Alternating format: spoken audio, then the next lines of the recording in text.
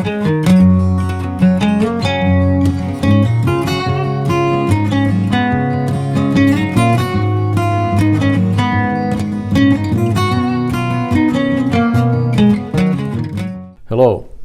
welcome to today's Daily Dose.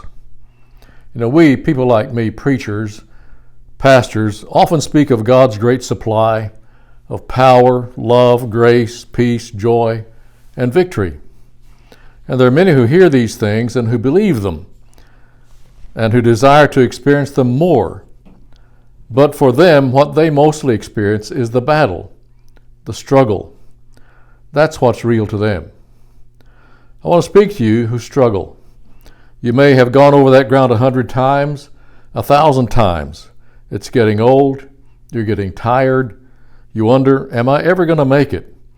Am I ever going to know the fullness of His love and of His power? And so I want to speak to you today as a fellow struggler, a fellow traveler who struggles with these issues also. The reason I want to speak to you who often struggle is that as you struggle, something can happen to you. You can get down on yourself. Rather, the truth is, Satan gets you down on yourself. He's the great accuser. He'll come and say, look at you. Who do you think you are? You tried, you failed, but don't listen to him. Satan is a liar. Do not believe him. I want you to look at yourself and what God says about you. In Psalm 8, verse 4 and 5, what is man that you take thought of him, and the Son of Man that you care for him? Yet you've made him a little lower than God, and you crown him with glory and majesty. And in 1 John chapter 3, verse 1 and 2, the apostle writes, see how great a love the Father has bestowed on us, that we should be called children of God, and such we are. Beloved, now we are children of God, and it has not as yet appeared what we will be. We know that when He appears, we will be like Him, because we will see Him as He is. That's how God sees you. So I want to celebrate your great potential. What is man that you take thought of him? The Son of Man that you care for him. God thinks about you. God cares about you. Yet you've made him a little lower than God, and you crown him with glory and majesty. I think we need this message today very much, because there's so much self-depreciation these days. So many despair over their inability to do anything or to make anything of themselves. Life becomes meaningless, a boring routine. But God intends for life to be more than that. But so sadly, so many people can't see beyond it.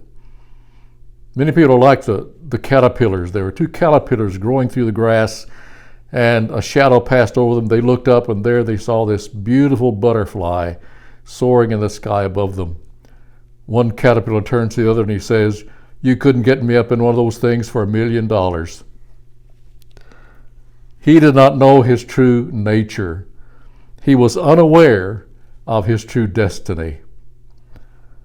J.W. Hamilton said, what this universe is bent on producing here is not primarily a good world, but a good man, a complete person. What God is making here is man, woman. All the rest is scenery. And that process never ends. It's a journey.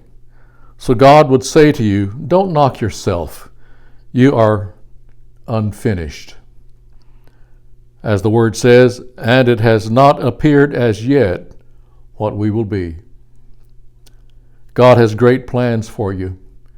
He has gifted you with abilities, a body, a mind, and faith, and greatest of all, His living presence in your life. Remember who you are.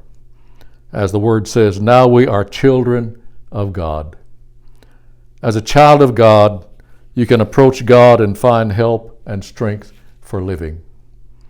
The writer of Hebrews wrote in chapter 4, verse 16, let us therefore come boldly to the throne of grace, that we may obtain mercy and find grace to help in time of need. And as the Apostle Paul said, if God is for you, who can be against you? God bless you. Have a good day.